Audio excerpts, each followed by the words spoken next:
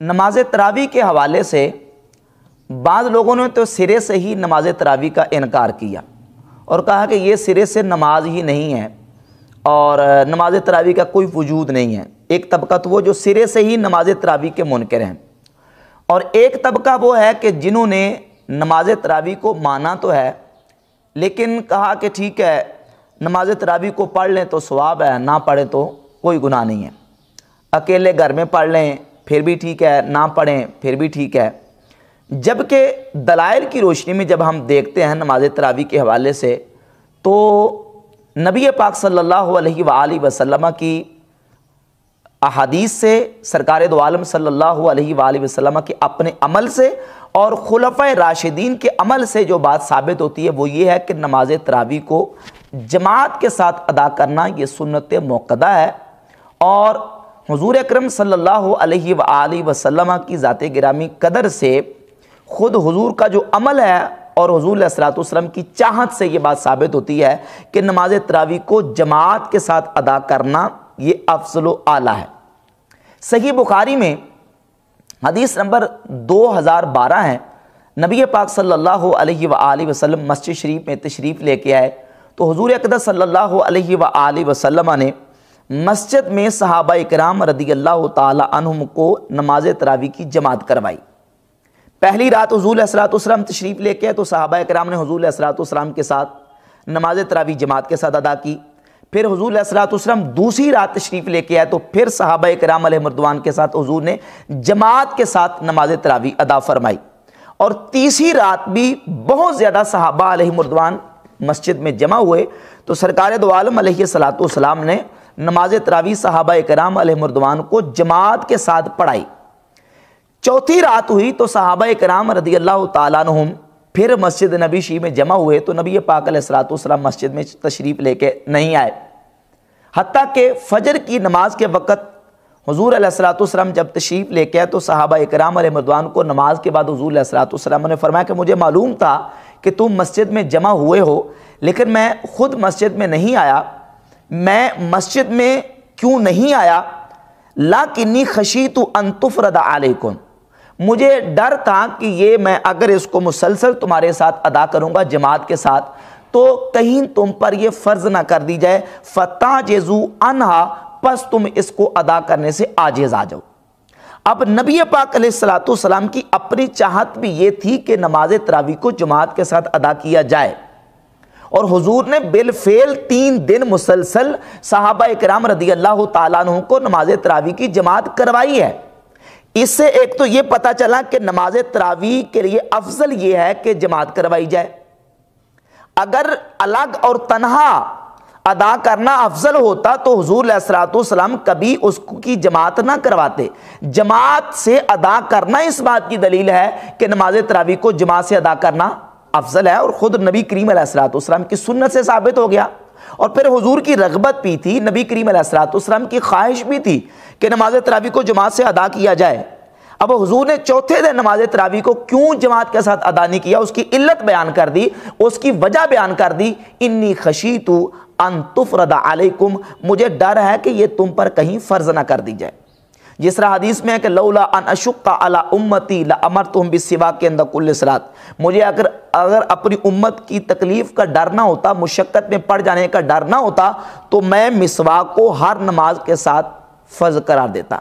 لیکن نبی پاک علیہ الصلوۃ والسلام نے اپنی امت کی مشقت کی وجہ سے فرض قرار نہیں دیا۔ تو اب اسی طریقے سے حضور علیہ الصلوۃ والسلام کی چاہت اور خواہش تھی کہ جماعت کے ساتھ پڑھی جائے، لیکن حضور نے چھوڑ دی کہیں امت پر فرض نہ ہو جائے۔ تو جب تک نبی پاک صلی اللہ علیہ وآلہ وسلم ظاہری حیات طیبہ میں موجود رہے تو علت موجود تھی، جب حضور علیہ الصلوۃ والسلام کا وصال اقدس ہو گیا تو وہ علت ختم ہو گئی۔ اب یہ تو ہے نبی کریم علیہ الصلوۃ والسلام کا اپنا ذاتی عمل کہ حضور نے جماعت کے ساتھ پسند کیا، تو اس سے واضح ہوا کہ جماعت کے ساتھ پڑھنا کیا ہے، افضل ہے۔ اب اس کے ساتھ ایک اور حدیث موجود ہے جو کہ سنن ابی داؤد کی 1377 نمبر روایت ہے، اور السنن الکبری للبیہقی 4386 نمبر روایت ہے۔ سنن ابی داؤد میں جو روایت ہے اس میں مسلم بن خالد ایک راوی جس کو امام ابو داؤد نے ضعیف قرار دیا، اس کا ایک طریق سنن ابی داؤد میں جو ہے، جبکہ دیگر ائمہ محدثین نے